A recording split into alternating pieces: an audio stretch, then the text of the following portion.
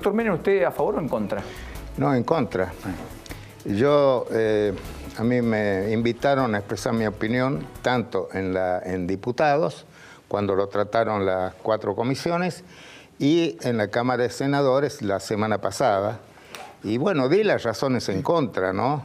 Yo creo es decir, primero me expresé en contra porque no estaba, por supuesto, a favor del aborto, y después me pronuncié en contra del proyecto de ley que sancionó diputados, que no es malo, es pésimo. Es un proyecto de ley que no tiene ningún andamiento legal ni constitucional. ¿Por qué, básicamente? Vea, no voy a decir mamarracho porque no quiero ser irrespetuoso, pero vea, han modificado el Código Penal, ¿no?, para sacar la sanción, pero no dicen nada del Código Civil. El Código Civil es el que establece el comienzo de la vida a partir de la concepción. Para ser coherentes tendrían que haber modificado también el Código Civil. Y todas las normas del Código Civil que le acuerdan derechos al niño por nacer desde la concepción, inclusive derechos sucesorios, le otorgan representación a los padres del niño por nacer desde la concepción.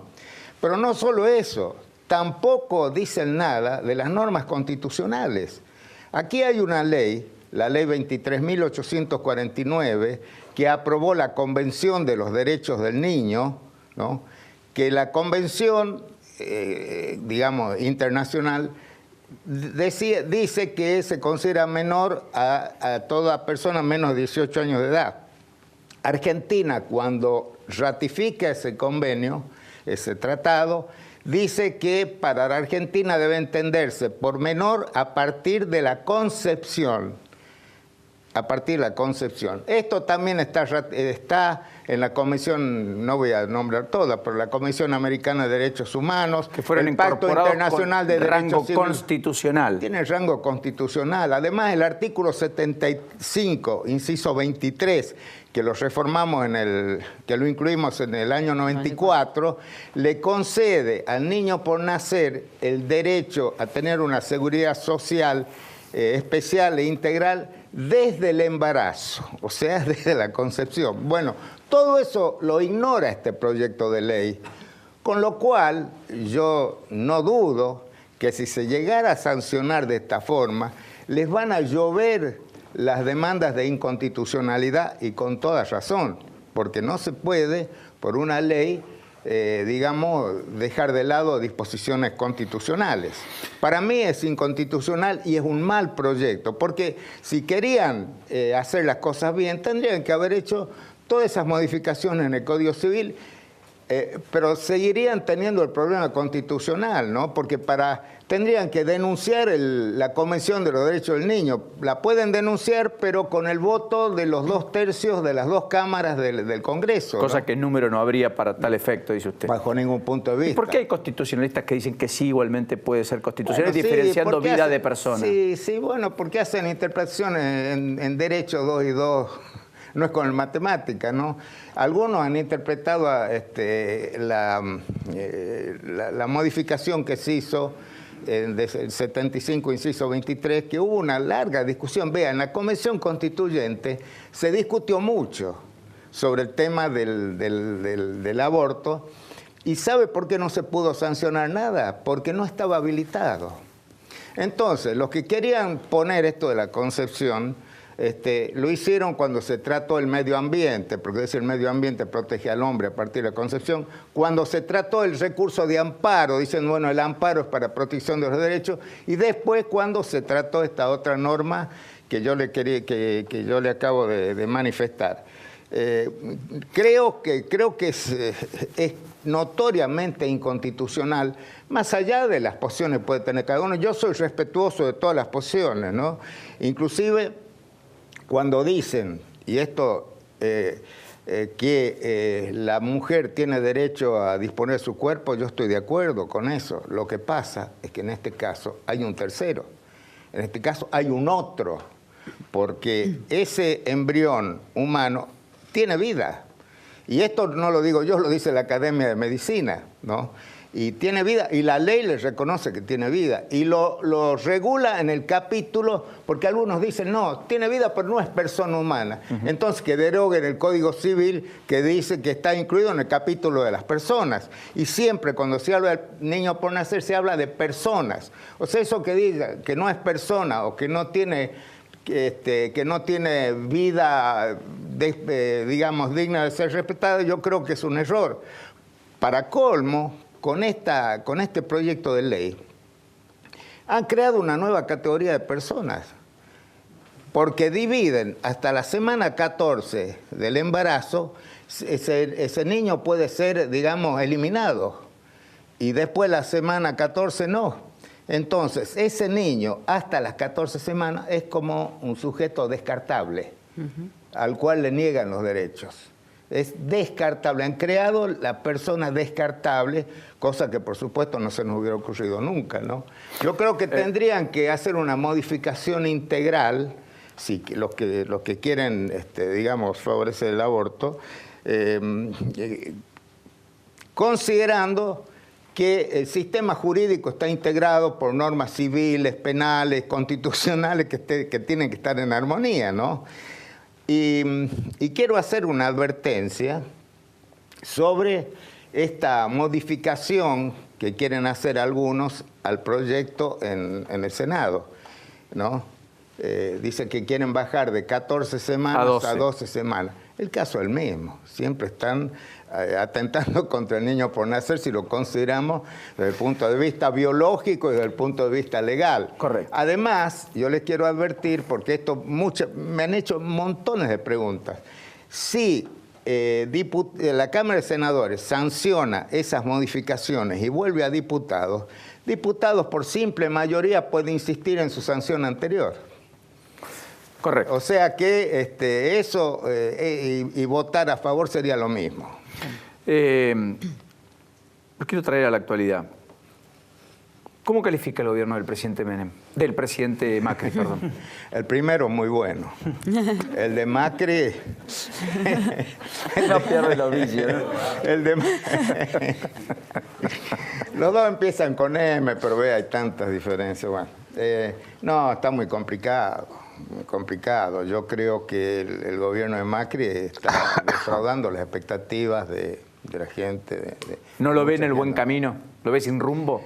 Lo veo confundido desde el principio, porque vea, ellos cometieron el pecado original, ¿sabe cuál fue? Subestimar el estado en que recibieron el país y sobreestimar su capacidad para mejorar la situación, porque son soberbios. Son todos, bueno, vienen digamos, de escuelas determinadas, de escuelas norteamericanas o extranjeras, y se creían que las sabían a todas. Y por eso humildad, fijaban metas, fijaban objetivos que no los cumplieron, no acertaron ninguno. Por eso llegamos a esta situación. Además, políticamente...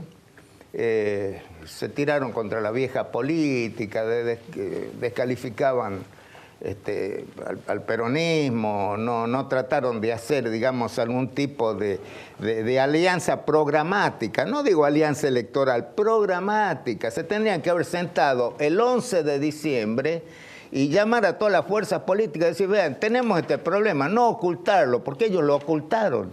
Bueno, la foto con los gobernadores estuvo, ellos sabían que estaba así, pero dijeron que no había que tirar malas ondas, no sé si Durán Barba les dijo, que si se decía la real situación del país no iban a venir los inversores, como si los inversores no supieran mejor que nosotros cómo estaba el país.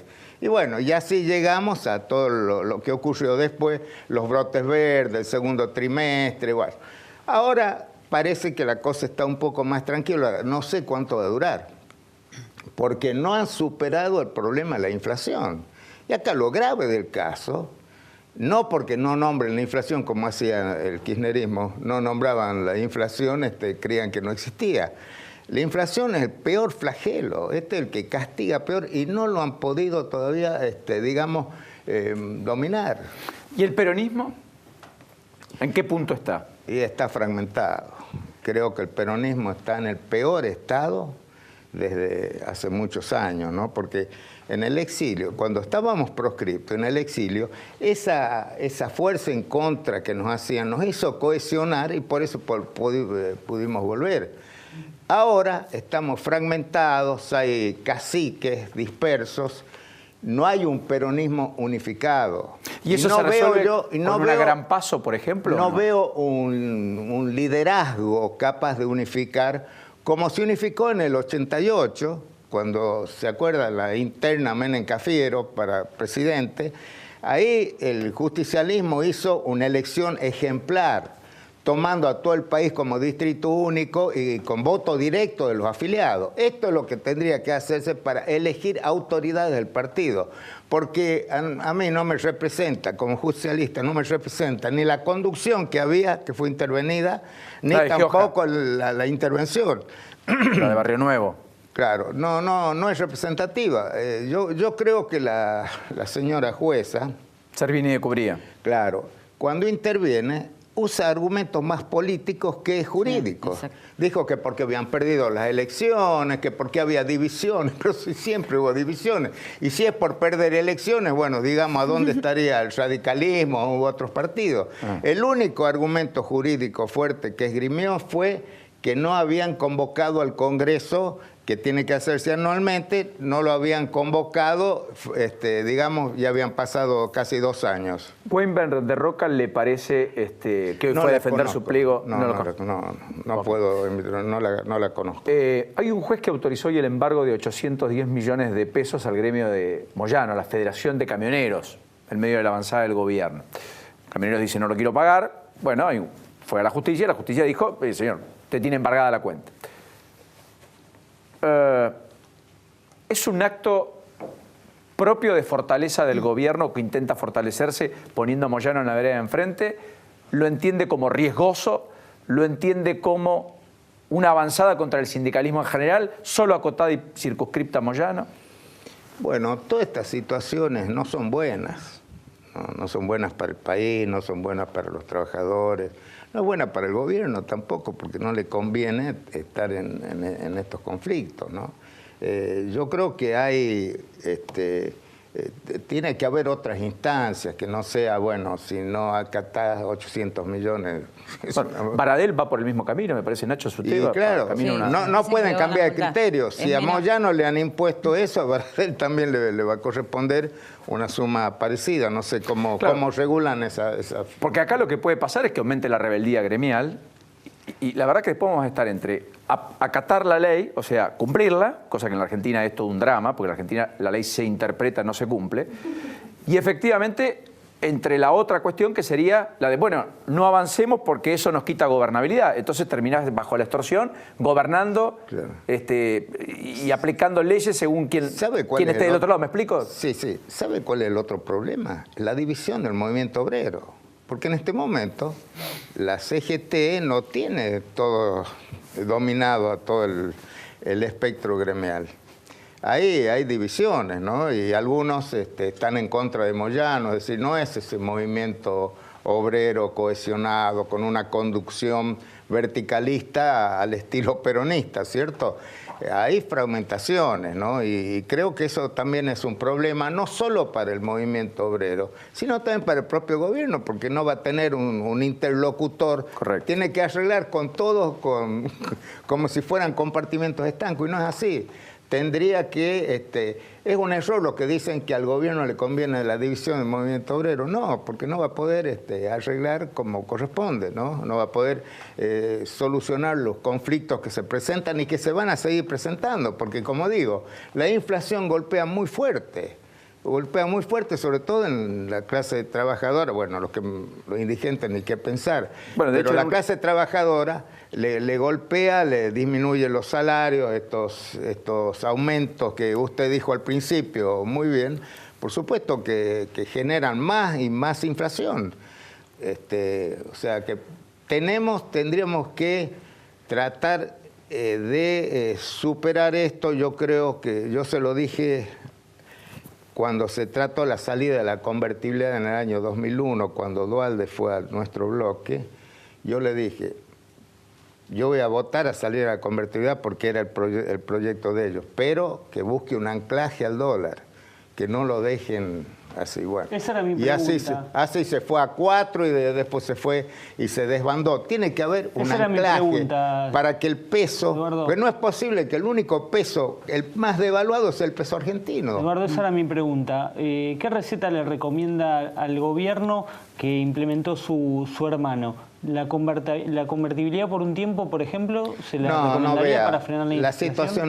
las situaciones son muy distintas. Yo no puedo aconsejar, vea, en el año 89, cuando Carlos Menem juró como presidente el 8 de julio de 89, la inflación de ese mes fue el 196%. Y ese mes, en el año, había sido el 4.926%. O sea que ya la situación era distinta, sin fondos en el Banco Central, con todas las empresas del Estado con déficit, con mala prestación de servicios. Bueno, hubo que tomar las medidas que todo el mundo sabe que se tomaron hasta llegar. Tuvimos nosotros también picos inflacionarios que se nos escapaba, hasta que se estableció la convertibilidad. Mal que les pese, permitió la estabilidad durante 8 o 9 años, donde había estabilidad de precios. Muchos dicen, bueno, pero después, lo que fracasó después no fue la convertibilidad, fracasó el gobierno de la Alianza. Primero fracasó políticamente, ¿no? Cuando se fue Álvarez de la vicepresidencia y empezó a desarmarse esa alianza electoral que habían hecho, y por supuesto el desbarranque político trajo el desbarranque económico. Pero habló recién de un económico. anclaje. ¿Qué sería ese anclaje? ¿A qué le llamaría un anclaje? Habría que buscar otra cosa. Pero no Habría una que buscar- flotación libre ni sucia. No, yo creo que no. Yo Una creo mayor que intervención del central. una mayor intervención del central, porque en definitiva el central tiene que cuidar el valor de la moneda y tiene que el Banco Central tiene que tener independencia. Eduardo, muchas gracias por este ratito.